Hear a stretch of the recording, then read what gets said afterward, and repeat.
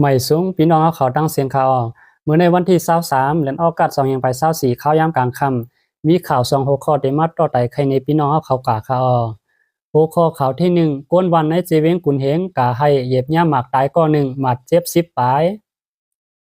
ก้นวันซ้ายหมุนเจเวงกุนเฮงกะให้จ้อมกัน3ก็เหยียบย่าหมากตายทั้งปีก็1ป้องก้นวันมาจอยนั่นแตกแทงลูก1แลเฮ็ดให้หมัดเจ็บดังน้ำวันที่20เดือนธันวาคม2ยังไป24ยามกลางในเจ้าก้นวัน3ก็เหยียบย่าหมากที่หิมหนองโบคำอันมีหิมวันซ้ายหมุนในนั่นใจหลอดอายุ15ปีตายทั้งปีก้นวันซ้ายหมุนลัดดีผู้ต่อยฮอกว่าไว้ใจหลอดตายเย้าโอ้ยก็มันแทง2ก็10ฝนมาให้ก้นตีวันกว่าจอยพ้องก้นวันเอ็นแห้งหมอก11ก็ถึงกว่าตีนั่นกว่าข้องยาสายหมากแตกใส่แทงก้นวันหมัดเจ็บจากหมาก16ก็ย่ำเหลียวก้นหมัดเจ็บเสื้อนั่นส่งยศยาตัวไว้ตีห้องยาโคล้ำมาไหนหมากนั่นเป็นหมากไผจุ้มไหลห่างกลางต่อกันเต้อำหู้ก้อยกาตั้งทุ่งหนองโวคำนั้นมีจุ้มซึกอาเซียเอและเอสผีตรงหนึ่งไว้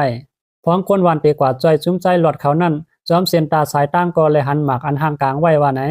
ก้นวันซ้ายหมุนลันว่าจอมเสียนสายตั้งนั่นเลยหันหมากแมงห่างกลางไว้มีอยู่ 4-5 ลูกเป็นอันไม่ใสโกเป็นเพศต่อสายใสก้นวันเจอเตกว่าเฮ็ดไห้เฮ็ดสวนกล้วยเยาว่าไหนไว้หลังก้นวันซ้ายหมุนเหยียบย่าหมากหมัดเจ็บลูดตายนั่นจุ้มยิบกองกลางมาเพียวมาเก็บหมากแมงเสนันปันอยู่ก้นวันลัดเนหนังไหนที่อันจุ้มยิบกองกลางห่างกลางหมากไว้ในยันกันตั้งวันซ้ายหมุนหมอก2ลักมีไผ่ซ่านวันหลายกำสิเวียงกุนเฮงหมอก3ลักทุ่งนั้นมีพี่น้องลอยและพี่น้องใต้อยู่ร่วมกันไว้จอมหนังคอไลไซกินีว่าคอนเวนซินเตป้าไว้ว่าซุมยิบกองกลางในห้ามเอาก้นวานก้นเมืองและวานสวนเฮือนเยเฮ็ดเป้าหมายการซึกห้ามใส่หมากแมงพังดินแลหมากอันจังแตกพ่งหมากอันมีก้องง่นมาใส่ตื้อหิมวานสวนก้นเมืองว่าไหนไว้ก้อยกาซึกกูซุมในเมืองห่มตุ่มในไผก็อำเฮ็ดจอมเตว่าไหนเอาข่าวหัวในก็ยิ่งเสียวขาวเตรียมต่างไว้ในสื่อข่าวผู้ใดฮอกมีจังนั้นในข่าวหัวข้อข่าวที่2ในข่าวต่าง6เหลือนก้นเมืองห่มตุ่มหมัดเจ็บลูดตายลอยหมักแมงหมอก7ปากก็จอมหนังเส้นหมายอยู่ในแซบเมืองมานให้งานไว้เสในปี2524เข้าตั้ง6เหลือนในก้นเมืองโฮมตุ่มมันเสื้อหมาเจ็บลูตายย้อนหมักแมงพังลินแลเครื่องโคอันจางแตกนั่นมี37ปากก็ในนั้นเมืองใต้เป็นนำตีสุดว่าไหนเมื่อปี2523ป่นมาในตั้งปีก้นเมืองมันเสื้อหมาเจ็บลูตายย้อนหมักแมงพังลินมี1เฮียงปลาย52ก็ปี2524ในซ้ำในเข้าตั้ง6เหลือนก้อยมี37ปากก็แลโปแตก1กันตั้งปี2523ตั้งปีซึ่งขึ้นมาหมอก 66% ว่าไหน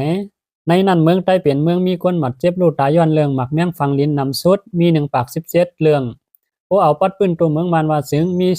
24% อันนำเลือปื้นที่2เป็นเติงเสแกงมี69เรื่องคนลูดตาย19ก็และหมัดเจ็บ99ก็ที่3เป็นเมืองละแข่งมีคนลูดตาย15ก็หมัดเจ็บ67ก็ว่าไหนเติงและเสเมืองอันกึดเมืองนังเดิงเอลาวดีเติงปากเกอเมืองขางเมืองแข้งเมืองยางเผือกเมืองยางแหลงเติงมะกวยเติงตาเหลือเมืองมอน